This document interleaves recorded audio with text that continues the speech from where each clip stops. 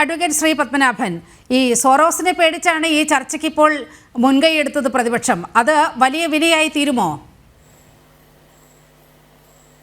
അല്ല, സോറോസ് വലിയൊരു വിഷയമാവും വരുന്ന ദിവസങ്ങളിൽ. കാരണം സോറോസ് പാർലമെന്റ് ഉള്ളിലെ ഇമ്മ്യൂണിറ്റി പേടിച്ചിട്ട് അല്ലെങ്കിൽ അതിൻ്റെ സംരക്ഷണം ഉണ്ടാവുമെന്നുള്ള കാര്യത്തിൽ പാർലമെന്റിൽ മാത്രം ഉന്നയിക്കുന്നൊരു വിഷയമല്ല, അത് പുറത്തു ഉന്നയിക്കപ്പെടും. കാരണം അത് വേറെ പലതും പുറത്തു വരാൻ പോവുകയാണ്. സോറോസുമായി കുടുംബ ബന്ധം പലർക്കുമുണ്ട്, പലരുടെയും ബന്ധുക്കൾ സോറോസിൻ്റെ ബന്ധുക്കളാണ്.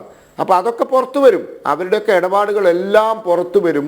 സോറോസ് കുറേ കാലം കൂടി നമ്മുടെ രാഷ്ട്രീയ രംഗത്ത് നിറച്ചു നിൽക്കും, ആ പേര് കുറേ കാലം കൂടി ഉണ്ടാവും. കാരണം കുറേ കാര്യങ്ങൾ പുറത്തു വരാനുണ്ട്, പല ഇടപാടുകളും പുറത്തു വരും. കാരണം 4-5 പാർലമെന്റ് സമ്മേളനം ഒരാവശ്യവുമില്ലാണ്ട് കലക്കിയതാണല്ലോ, ഓർമ്മയുണ്ടോ? പെഗാസിന്റെ പേരിൽ ഒരു പാർലമെന്റ് സമ്മേളനം മുഴുവൻ നമുക്ക് നഷ്ടപ്പെട്ടതാ. അപ്പോൾ എന്തായി അവസാനം? ഒറ്റ കുട്ടി പോലും തൻ്റെ ഫോണ് പരിശോധനയ്ക്ക് കൊടുത്തില്ല. അപ്പോൾ ഇനിയും വരും, ഒരുപാട് കാര്യങ്ങൾ ഇനിയും വരും, അത് കാത്തിരുന്ന് കാണാം നമുക്ക്.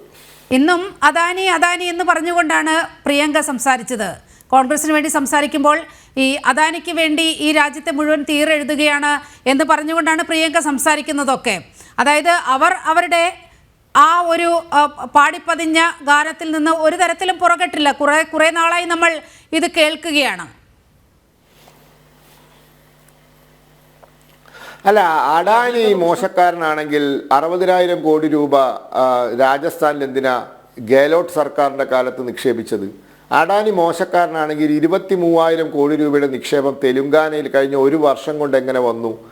അഡാനി മോശക്കാരനാണെങ്കിൽ വിഴിഞ്ഞം പദ്ധതി ഉമ്മൻചാണ്ടി എന്തിന് അഡാനിക്ക് കൊടുത്തു? ഇതൊക്കെ വെറുതെ എന്തെങ്കിലും പറയുക എന്നല്ലാതെ ഈ രാജ്യത്തെ ഒരു വ്യവസായി, അങ്ങനെ ഒരുപാട് വ്യവസായികളുണ്ട്, അക്കൂട്ടത്തിൽ ഒരാൾ, അതിൻ്റെ പേരിലൊന്നും ബഹളം. പിന്നെ അമേരിക്കൻ കേസുണ്ട്, അത് അമേരിക്കൻ ഗവൺമെൻറ് നോക്കുന്നു, നമ്മളല്ലല്ലോ നോക്കേണ്ടത്, നമ്മുടെ ജോലിയല്ലല്ലോ അത്. അപ്പോൾ അതൊക്കെ ഇവിടെ കേരളത്തിൽ നിന്ന് ഗൾഫിൽ പോയ ആൾക്കാരൊക്കെ ഗൾഫിൽ ജയിലിൽ കിടക്കുന്നുണ്ട് പലരും. അവരൊക്കെ തിരിച്ചു വന്നാൽ നമ്മൾ പിടിച്ച് ജയിലിലിടുമോ? അത് നടക്കുന്ന കാര്യമല്ല. അപ്പോൾ അതുകൊണ്ട് ഇതൊക്കെ അനാവശ്യമായ കാര്യങ്ങൾ. മാത്രവുമല്ല, ഇതിൽ പ്രതിപക്ഷം ഒരു പ്രശ്നം എന്താ പറയുക, ഇതിൽ മമതാ ബാനർജിക്ക് താല്പര്യമില്ല. കാരണം അഡാനി ബംഗാളിൽ നിക്ഷേപിച്ചുകൊണ്ടിരിക്കുകയാണ്. മമതാ ബാനർജിക്ക് താല്പര്യമില്ല, DMK-ക്ക് താല്പര്യമില്ല. കാരണം തമിഴ്നാട്ടിൽ അഡാനിയുടെ നിക്ഷേപമുണ്ട്. അവർക്കൊന്നും വ്യവസായികളുമായി നല്ല ബന്ധം വേണം. കാരണം തൊഴിൽദായകരാണ് അവർ, തൊഴിൽദായകർ കൂടിയാണ് വ്യവസായികൾ, ചെറുപ്പക്കാർക്ക് തൊഴിൽ കൊടുക്കുന്നവരാണ്. അപ്പോൾ അതൊക്കെ മുന്നണി പൊളിയാണ്ട് നോക്കിയാൽ മതി, ഏത് ഇന്ത്യ മുന്നണിയെ പൊളിയാണ്ട് നോക്കിയാൽ മതി ഈ വിഷയത്തിൽ. അല്ലാണ്ട് NDA-ക്ക് പ്രശ്നമൊന്നും വരാൻ പോകുന്നു.